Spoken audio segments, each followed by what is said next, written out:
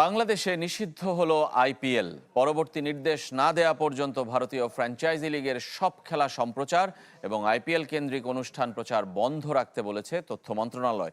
সরকারের এই সিদ্ধান্তকে স্বাগত জানিয়েছে বিসিবি। এরকম সিদ্ধান্তের প্রেক্ষিতে আমাদের দেশের জনগণেরও তো মনে একটা আঘাত লাগে, তাদের মধ্যেও একটা প্রতিক্রিয়া হয়। সেরকম জায়গায় ইঙ্গিতটা আগের দিনই দিয়েছিলেন তথ্য সম্প্রচার উপদেষ্টা সৈয়দা রিজওয়ানা হাসান। আইনি দিক খতিয়ে দেখে অবশেষে চূড়ান্ত সিদ্ধান্ত নিয়েছে মন্ত্রণালয়।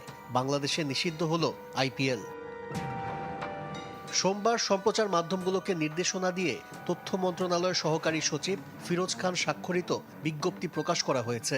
সেখানে বলা হয়েছে, পরবর্তী নির্দেশ না দেয়া পর্যন্ত আইপিএল এর খেলা সম্প্রচার বন্ধ থাকবে। এমনকি আইপিএল সংক্রান্ত কোনো অনুষ্ঠানও প্রচার করা যাবে না। বাংলাদেশে আইপিএল সম্প্রচার সত্য টি স্পোর্টসের কাছে। কারণ হিসেবে নির্দেশনায় বলা হয়েছে, মোস্তাফিজুর রহমানকে যৌক্তিক কারণ ছাড়া আইপিএল থেকে বাদ দেওয়ার বিষয়টি, যা দেশের জনগণকে ব্যথিত, মর্মাহত ও ক্ষুব্ধ করেছে। সরকারের এই পদক্ষেপকে স্বাগত জানিয়েছেন বিসিবি পরিচালক খালেদ মাসুদ পাইলট। যেখানে আমাদের খেলোয়াড়দের সম্মান নাই, সেই চ্যানেলটা বা সেই স্পোর্টস আমাদের দেখারও দরকার নাই। তো আমি মনে করি যে আইপিএলকে সরকার থেকে হয়তো বাংলাদেশে কোনো চ্যানেলে দেখতে দেবে না। আমি খুবই এটা গ্রহণ করি যে না, ঠিক আছে, আমরা দেখবই না।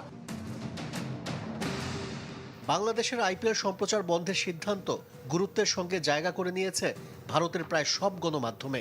তবে দেশটির ক্রিকেট বোর্ড কোনো প্রতিক্রিয়া জানায়নি। আইপিএল শুরু হবে ২৬ মার্চ।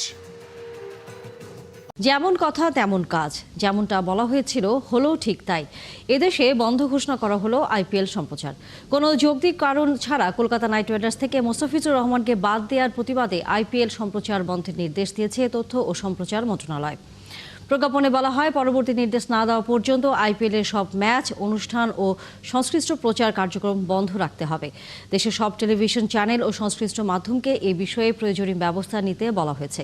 চিঠিতে আরও উল্লেখ করা হয়, কোনো যৌক্তিক কারণ ছাড়া বিসিসিআই এর এমন সিদ্ধান্ত বাংলাদেশের জনগণকে ব্যথিত, মর্মাহত ও ক্ষুব্ধ করেছে।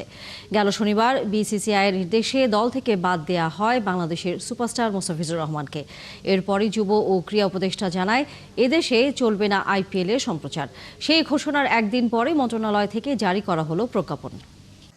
ইঙ্গিতটা আগের দিনই দিয়েছিলেন তথ্য সম্প্রচার উপদেষ্টা সৈয়দা রিজওয়ানা হাসান। আইনি দিক খতিয়ে দেখে অবশেষে চূড়ান্ত সিদ্ধান্ত নিয়েছে মন্ত্রণালয়। বাংলাদেশে নিষিদ্ধ হলো আইপিএল। সোমবার সম্প্রচার মাধ্যমগুলোকে নির্দেশনা দিয়ে তথ্য মন্ত্রণালয়ের সহকারী সচিব ফিরোজ খান স্বাক্ষরিত বিজ্ঞপ্তি প্রকাশ করা হয়েছে। সেখানে বলা হয়েছে, পরবর্তী নির্দেশ না দেয়া পর্যন্ত আইপিএল এর খেলা সম্প্রচার বন্ধ থাকবে। এমনকি আইপিএল